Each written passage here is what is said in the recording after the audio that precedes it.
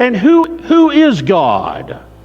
God is the God that cannot lie. So what God promises must come true.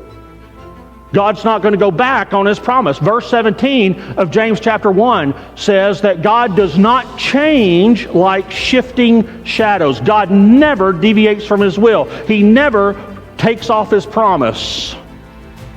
And so when you look here again at verse 14 and the promise, did God keep that promise? Absolutely. And you know what's really interesting with His life, as we know, going back into Genesis, He doesn't obey perfectly. He doesn't do everything right. But notice, He keeps pressing on. He waits patiently, and the writer says that He obtained the promise. What is this? This is a man that has thrown his whole life on God. He is totally surrendered. That is the trust that we're talking about. One day we're going to realize all we have is faith. That's all we have. Trust in God that He's going to be faithful to His promises. Listen, if you're trying to rely on law keeping, you're going to be lost. You're going to be putting yourself under a curse. That is what Paul says in Galatians chapter 3.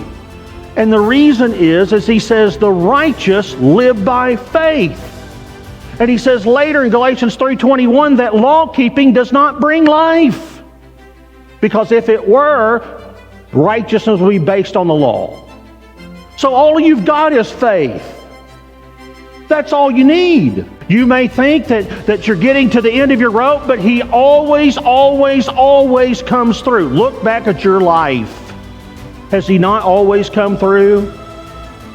And if that be true, then why would He not come through for us in the future? The point I want to make is Abraham is secure, and we are secure because of who God is, and His promises never fail. Notice what He tells the children of Israel in Deuteronomy 31.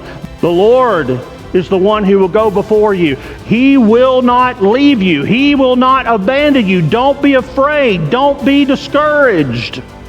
You can trust in the person of God, and you can also trust in the promises of God.